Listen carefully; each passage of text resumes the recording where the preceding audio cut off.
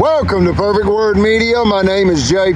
Monroe Johnson, and today is May the 5th, 2026.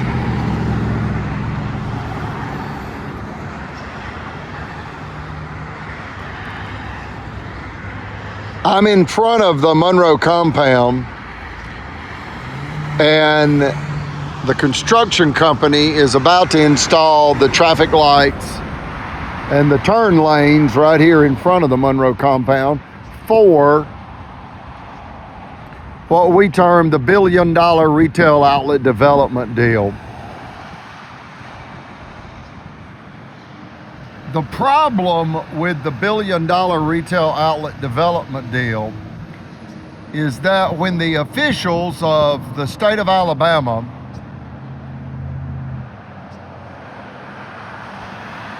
primarily through the Marshall County Courthouse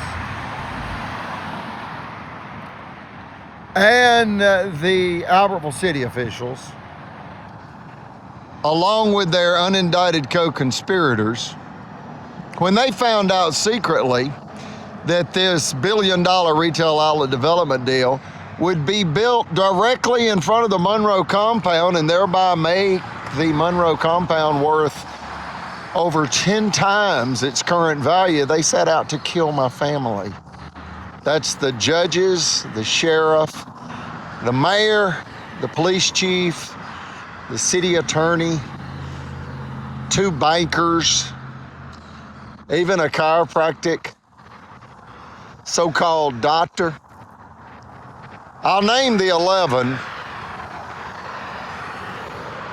primary conniving land thieves. Number 1 is Governor Kay Ivey, by way of tacit TACIT approval.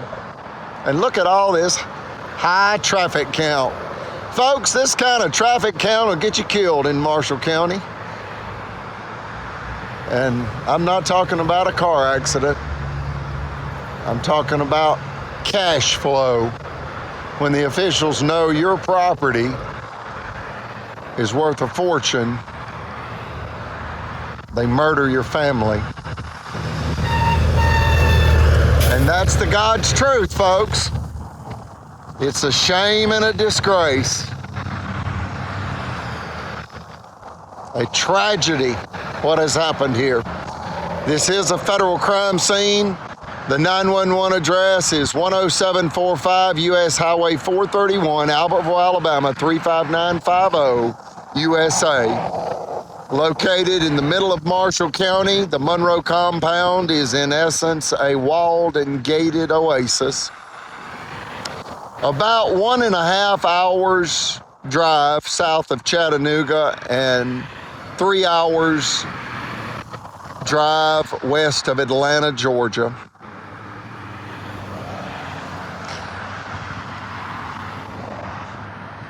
What you see in the video right there will be a large metal telephone type pole that will hold up traffic lights directly in front of the Monroe compound, and thereby adding real property value to this 2-acre primest of prime commercial real property, which will be located in front of the Super Target retail outlet and the Academy Sports and Outdoors retail outlet, along with other retail outlets that are under construction. Folks, this story exposes the real Alabama. Deadly, conniving land thieves. So let's name them off real quick. There's primarily 11. Number 1 is Governor Kay Ivey, by way of dereliction of duty. She was notified formally with a certified letter and twice with visits to her mansion in Montgomery with meetings with her staff, with Brother Chappell, our chief financial officer, and myself, and the presence of 2 Alabama state troopers, and all of this is recorded on audio recorders, including their gaslighting tactics, whereby they promised Brother Chappell they would get him some help as he pled for his life to Governor Kay Ivey through her staff. Number 2 is Attorney General Stephen Troy Marshall. He grew up right here in Marshall County. He has family here. And he allowed this tragedy to manifest. And that was told to me by a high-level Montgomery legislator. Montgomery's got our answer, folks. They're not going to tolerate this. Tommy Tuberville, in essence, proudly endorses these videos along with President Donald Trump because they stand for the truth. They are law and order men, regardless of your political leanings.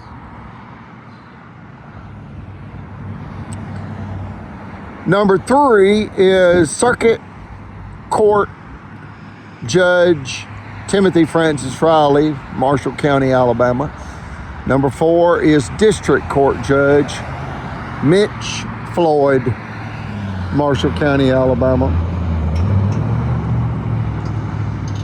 Number 5 is Sheriff Phil Sims, Marshall County, Alabama, USA.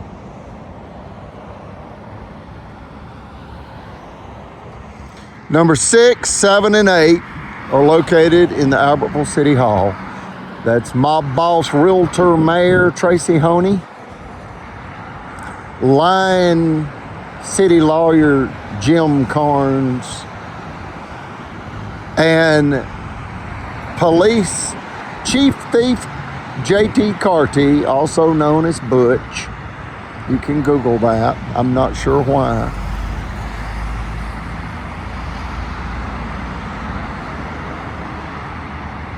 Nine, 10, and 11 are the corporate executives. That's Memphis Marge, Cadence Bank of Gunnersville, vice president. Her name is Margaret Lacey, and she's recently changed her last name on her social media pages to Margaret Hurst. Kind of like a funeral hearse, but spelled with a T. You can't leave out the fact that she graduated from Germantown High School in Memphis, Tennessee. She only has a high school diploma, yet she managed, until she was fired over this, she managed hundreds of millions of dollars in mortgages for a $50 billion regional bank, Cadence Bank, that's just changed its name to Huntington Bank. And then you've got President Chris Bailey, Liberty Bank, Albertville, Geraldine, and Gunnersville. A hometown bank with a net worth, according to a Google search,